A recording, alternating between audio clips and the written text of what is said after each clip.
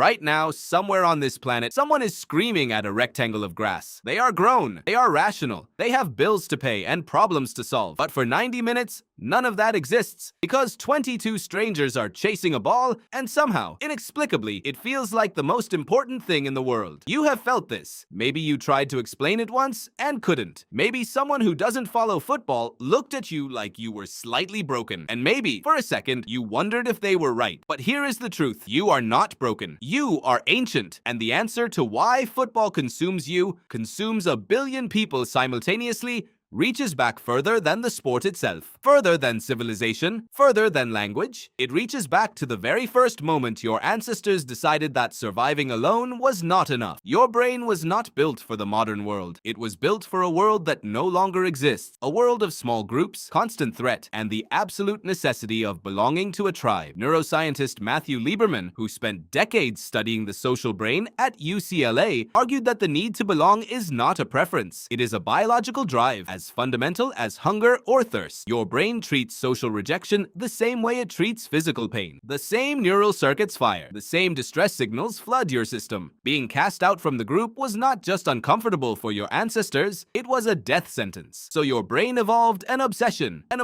with groups, with identity, with knowing exactly who your people are and who they are not. Football gives your brain exactly what it was built to crave. The moment you pick a team, something shifts in your neurochemistry. You stop being an isolated individual navigating an indifferent world. You become part of something. You share a flag, a color, a history, a name. Psychologist Henri Tajfel demonstrated this in the 1970s with what became known as the minimal group paradigm. He showed that humans will form fierce in-group loyalty based on almost nothing. Coin flip, random number assignment, arbitrary color preference. It did not matter how meaningless the division was. People immediately favored their group and subtly worked against the other. Now imagine that instead of a coin flip, it is the city where you were born, the language your father sang in, the shirt your grandfather wore when he wept in front of a television. That is not a minimal group. That is identity carved into your bones. When your national team walks onto that World Cup pitch, your brain does not process it as entertainment. It processes it as tribal survival. The players are not athletes you admire from a distance. Research from the University of Liverpool found that fans experience genuine neurological overlap with the players they support, a phenomenon linked to mirror neurons, the same system that allows you to flinch when you see someone else get hurt. You are not watching the game. Some part of your brain believes it is playing it. This is why a missed penalty feels like a physical blow. This is why a last-minute goal produces a surge of dopamine chemically indistinguishable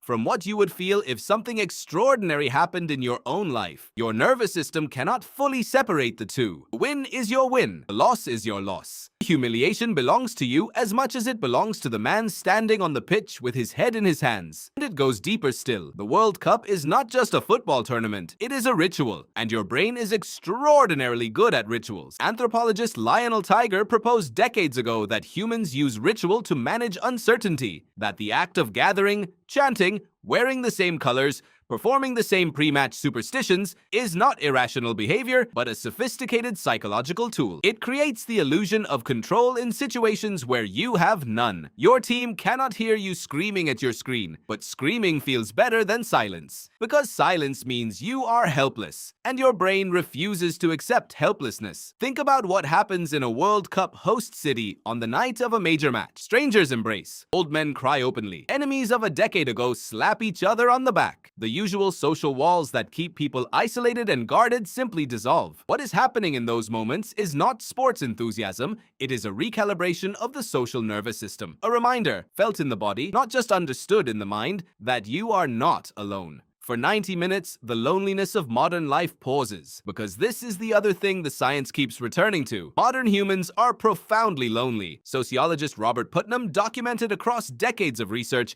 how community life has collapsed in developed nations. Fewer shared rituals, fewer pub